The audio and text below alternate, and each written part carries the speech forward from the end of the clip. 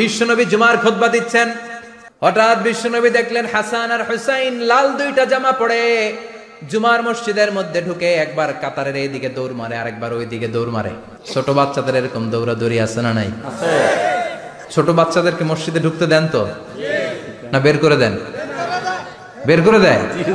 সর্বনাশ, বাচ্চাদেরকে মসজিদ থেকে বের করবেন না, কখনোই বের করবেন না। তুরস্কের বিভিন্ন মসজিদে বড় বড় ফেস্টুন দিয়ে লেখা থাকে, তারাবির নামাজে, জামাতের নামাজে মুরব্বীরা যখন সামনে নামাজ পড়বে, পিছন থেকে যদি ছোট বাচ্চাদের চিল্লা চিল্লি আর কিচির মিচির শব্দ শুনতে না পাওয়া যায়, তাহলে ভবিষ্যৎ প্রজন্ম নিয়ে আপনারা চিন্তিত থাকুন। পিছনে যদি বাচ্চাদের হই হুল্লোড় না থাকে, চিল্লা ফাল্লা না থাকে, তার মানে নেক্সট জেনারেশন এগুলো মুসল্লি হবে না, এগুলো হবে ডাকাত।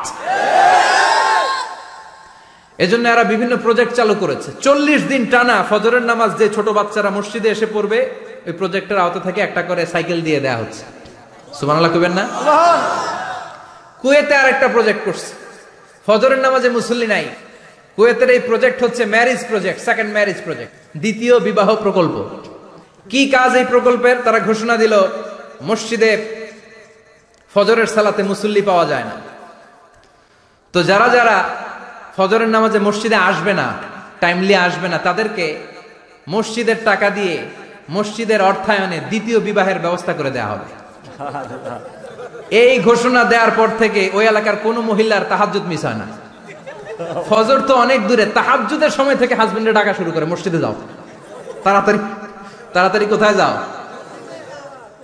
কারণ মসজিদে না গেলে দ্বিতীয় বিয়ে আছে না নাই? সুবহানাল্লাহ কইবেন না? What a project, what a project, কত চমৎকার প্রজেক্ট। এই প্রজেক্ট গুলো নেওয়ার দরকার আছে না নাই? এজন্য ছোট বাচ্চাদেরকে মসজিদ থেকে তাড়িয়ে দেওয়া যাবে, এদেরকেও নিয়ে যান। এরা হাসতে খেলতে চলতে ফিরতে, আমি বাইরের যত জায়গায় তারাবি পড়েছি, অনেক দেশে তারাবি পড়েছি রামাদানে, ছোট বাচ্চারা পিছনে অনেক কিচির মিচির করে, হঠাৎ অ্যানাউন্সমেন্ট দেয়, বাবা মারা ছেলে মেয়েদেরকে শান্ত করেন, কিছুক্ষণ শান্ত, 2 রাকাত পরে আবার চিল্লাচিল্লি, আছে না নাই? তো ওরা যদি না চিল্লায়, ওরা যদি লাফালাফি না করে, লাফালাফি কি 80 বছরের মুরব্বী করবে? কথা কয় না। মুরব্বী লাফালাফি করলে এটা মানাবে? ছোট বাচ্চারা লাফালাফি করবে, একজন আরেকজনের কামড় দিবে, কাঁচের গ্লাস ভাঙবে, এটাই পৃথিবীর সৌন্দর্য। চিল্লায় বলেন ঠিক কিনা? বিশ্বনবী একবার আসরের নামাজের সেজদা লম্বা করে দিলেন, সাহাবারা বললেন, নবী নামাজের পরে ধরলেন, অসুস্থ হয়ে গেলেন নাকি, অথবা কোরআনের আয়াত সেজদা অবস্থায় নাজিল হয়ে গেল নাকি? আসরের সেজদা তো এত লম্বা করতে কখনো দেখি নাই রে নবী।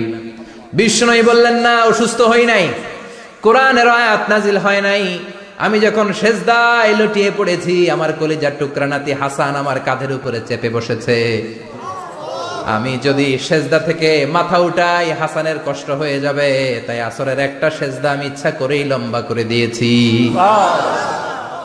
কি নবী ছিল, কি মায়া ছিল নাতিদের সাথে। হাসান হুসাইন, বিশ্বনবী যে নবী হচ্ছে সব নবীদেরও সর্দার, ওই নবীরে ঘোড়া বানায়া, বিশ্বনবীর বাবরি চুল ছিল তো, ওই চুল ধরে এরকম ঘোড়া ঘোড়া খেলতো। বিশ্বনবীর কাঁধে বসে বিশ্বনবীর বাবরি চুল টেনে টেনে কয়, এটা আমার ঘোড়া। হাসান হুসাইনের গায়ের এমন কোন জায়গা নাই যে জায়গায় বিশ্বনবী চুমা দেয় নাই। আর বলতেন, রাইহানাতাইনি ফিদ দুনিয়া, হাসান আর হুসাইন হলো আমার দুনিয়ার সুগন্ধি। সাইয়্যিদা শাবাবি আহলিল জান্নাহ, জান্নাতীরা আপনারা যারা জান্নাতে যাবেন, আপনাদের সামনে 2টা পতাকা থাকবে, একটা থাকবে হাসানের হাতে আর একটা হুসাইনের হাতে।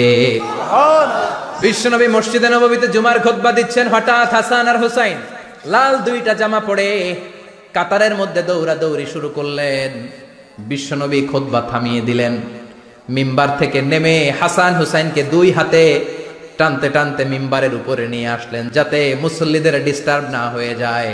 হাসানকে ডান হাতে ধরে, হুসাইনকে বাঁ হাতে ধরে বাকি খুতবাটা বিশ্বনবী তখন শেষ করলেন।